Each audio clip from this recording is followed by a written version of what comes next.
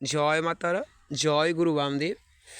আমি একটা মায়ের মাতৃ সাধক। আমার ছোট থেকেই স্বপ্ন যে আমি রাজবাড়ি, একদম বাড়ির পাশে একটা ছোটোখাটো পুকুর, তার মধ্যে কিছুটা রাজহাঁস, এবং সেগুলো আমি লালন পালন করতে পারি এবং মন শ্রদ্ধায় যেন আমি সকলকে, এবং যে মানে গরিব দুঃখীকে খাওয়াতে পারি, রোজ ভাণ্ডার করতে পারি যেরকম, এবং যে মায়ের আশীর্বাদ যেন সবসময় থাকে। আমার ছোটোখাটো একটা স্বপ্ন। এটা আমি নিজের লোভ নাই কি আমি একদম ধনী ব্যক্তি হয়ে অভিমান অহংকার এগুলো করব, কিছুই বাস্তবে করব না।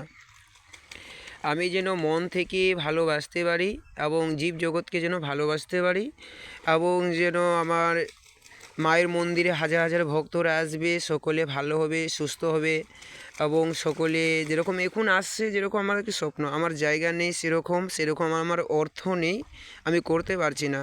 আমার যখনই যদি মায়ের কৃপায় যদি অর্থ হয়, আমি সেরকমই স্বপ্ন পূরণ করব ছোটোখাটো, সেরকম যেটা ছোটোখাটো রাজবাড়ি আমি করতে পারি।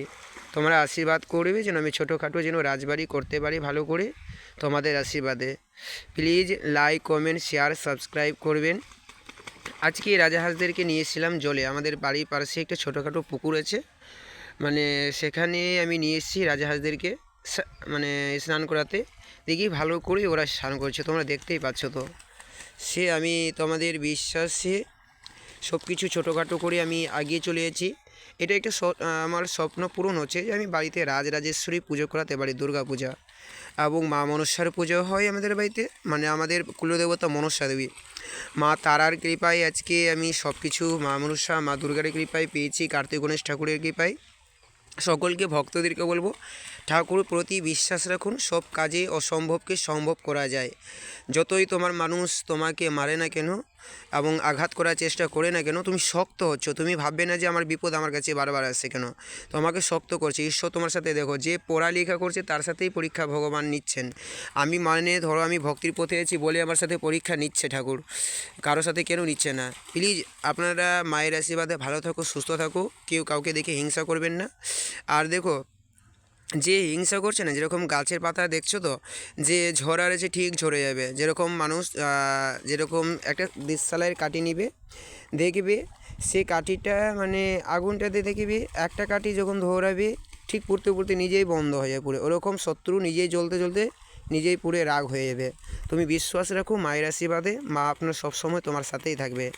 আমার পিছনে হাজার হাজার শত্রু লাগে, কেউ কিছু করতে পারিনি তো আজ পর্যন্ত। হ্যাঁ, যদি করে দেয় এবং আঘাত করেই দেয়, সেটা আমি জানবো ঠাকুরই বরদান, ঠাকুরের আশীর্বাদ। আমি কখনও কোনো শত্রুকে আমি শত্রু মানি না, এবং সে সবাই ইনসান, সবার মানুষ মতন। দেখো, আমি ধর্ম নিয়ে আলোচনা করি না, কারণ ধর্ম তো সবথেকে বড় হচ্ছে মানুষের মধ্যে যদি ইনসানিয়াত যদি ঠিক থাকে না, সব কিছু কাজে অসম্ভবকে সম্ভব করতে পারে। মানুষ ঠিকঠাক না থাকলে ধর্ম নিয়ে আমি কী করব বলো। মানুষ প্রথম ধর্ম আলোচনা করা যাবে না, এবং এই ধর্ম ওই ধর্মকে ছোট করা কখনো যাবে না। মানুষকে যে কোনো জাতের লোক খাবার খেতে পাচ্ছে না, তাকে খাইয়ে দাও, তোমার কাছে যদি অর্থ থাকে। আজ তোমার কাছে আছে, তুমি খাওয়াচ্ছ না, সেটা তোমার কাছে বিশাল বড় পাপ এবং অভিমান। ধন কখনো তোমাকে খুশি রাখতে পারে না, যদি তুমি সুখী না থাকো তো। সবসময় টাকা দিয়ে সুখী পাওয়া যায় না, কিছু মানুষ্য তো ভালো থাকাও দরকার। আপনাদের কাছে এইটুকুই অনুরোধ, প্লিজ কাউকে কেউ দেখে হিংসা করবেন না, ভালোবাসা সবসময় রইল তোমাদের কাছে। জয় মাতারা।